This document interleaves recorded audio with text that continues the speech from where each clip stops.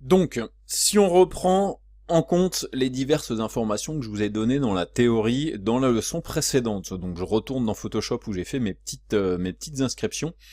Donc là, dans un premier temps, on a notre modélisation. Donc, une fois que ma modélisation est faite, eh bien, je vais créer des matériaux. Donc, allons faire ceci.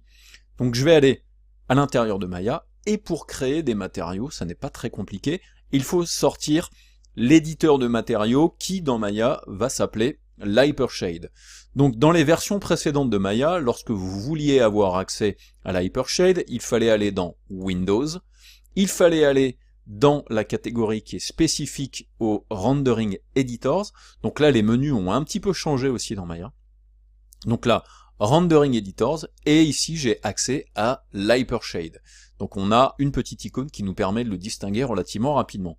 Donc je peux cliquer là-dessus, et là ça va m'ouvrir l'Hypershade, qui a de grosses modifications depuis donc cette version 2016.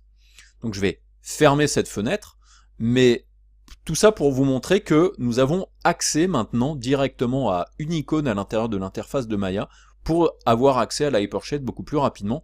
Et ça va se trouver dans cette partie-là de l'interface de Maya, qui va concerner donc les petits raccourcis avec les petites icônes. Et donc ici, tous les icônes que vous avez ici, ce sont les icônes qui sont spécifiques au rendu, et notamment donc à la Hypershade.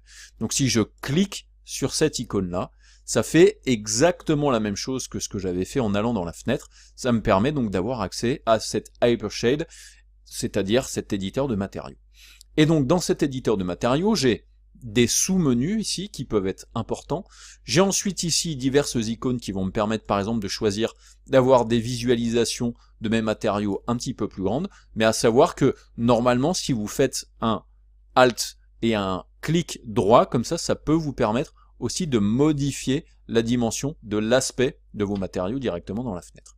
Donc là ici c'est la bibliothèque des matériaux qui sont présents dans votre scène. Si vous en créez des nouveaux, ils vont se stocker ici. Ensuite, on a ici divers onglets qui nous permettent justement de voir les différentes options spécifiques aux matériaux, au rendu, aux textures, etc. qui sont inclus dans la scène. Donc là pour l'instant on n'a pas grand chose, puisque pour l'instant on a une scène qui est très basique. Ensuite, dans cette Hypershade, vous avez ici accès à la bibliothèque qui va stocker par catégorie les matériaux, les textures, mais aussi dans Maya vous avez accès aussi aux lumières et à diverses autres options qui sont impliquées dans le rendu. Une fois que vous avez créé des matériaux en choisissant les matériaux ou les textures à l'intérieur de cette bibliothèque là, normalement ils vont se stocker dans cette partie là qui est la zone de travail qui va vous permettre donc de connecter les diverses choses qui vont créer vos matériaux. Et ensuite, une fois que vous voulez avoir des informations sur les matériaux que vous avez créés, vous avez ici sur le côté la petite fenêtre dans laquelle vous avez des informations du matériau, et ici, nouveauté, une petite visualisation. Bien entendu, ces diverses parties, vous pouvez les enlever, les déverrouiller, les positionner un petit peu où vous voulez, puisque vous voyez que vous avez ici des croix qui vous permettent donc de les enlever, et ici des options qui vont vous permettre de les sortir comme ça.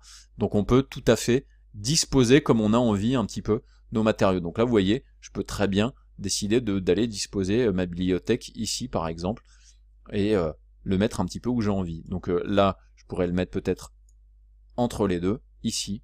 Donc vous voyez, ça me permet clairement de choisir un petit peu comment disposer mon interface.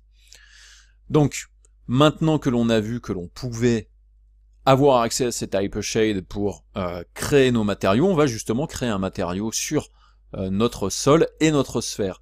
Donc pour créer un matériau, ça n'est pas très compliqué. On va aller choisir dans un premier temps une catégorie ici.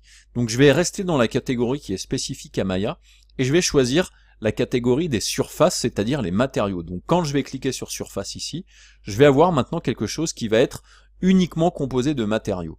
Par contre, le problème c'est que les matériaux que j'ai ici, je vois que j'ai quelque chose qui est estampillé V-Ray, donc c'est un moteur de rendu spécifique que là nous n'allons pas utiliser, donc on va aller chercher plutôt les matériaux qui sont spécifiques à Maya. Et donc là j'ai le Blinn, j'ai le Air Tube Shader, le Lambert, Layered Shader, Ocean Shader, Phong, etc., etc.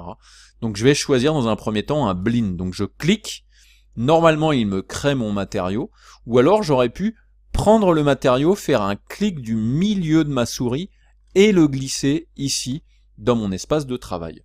Dans mon espace de travail, maintenant, si je veux pouvoir me déplacer à l'intérieur, c'est pareil, c'est Alt et bouton de milieu de la souris pour me déplacer.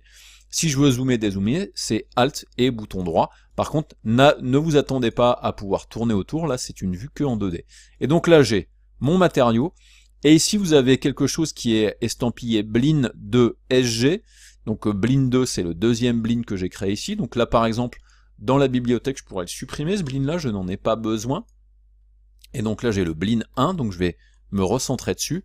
Bien entendu, vous pouvez sélectionner ici votre nœud de matériaux et appuyer sur F, ça permet de centrer dessus. Et donc là, ce Blin 1, c'est effectivement mon matériau. Et le Blin SG, qu'est-ce que c'est? C'est tout simplement un espèce de groupe qui englobe la surface sur laquelle vous allez disposer ce matériau-là et le matériau lui-même.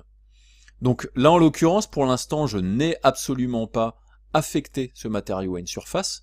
Donc pour l'affecter, ce que je peux faire, c'est faire un clic du milieu à partir du matériau et aller le glisser directement ici à l'intérieur de la fenêtre.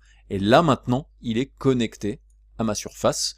Donc pour être sûr de ce qui se passe, je peux sélectionner par exemple ici ma sphère. Je peux faire CTRL A par exemple pour afficher l'attribute editor ici sur le côté à droite. Et si je regarde bien ici, j'ai un onglet Blin 1, c'est bien le matériau qui correspond au matériau que j'ai créé ici. Donc on a la possibilité d'avoir accès aux informations du matériau, et ici sur le côté dans l'attribute editor, mais bien entendu aussi ici sur l'Hypershade. Donc maintenant que j'ai créé mon premier matériau, je vais pouvoir commencer à travailler ce matériau-là, c'est ce qu'on va voir dans la leçon suivante.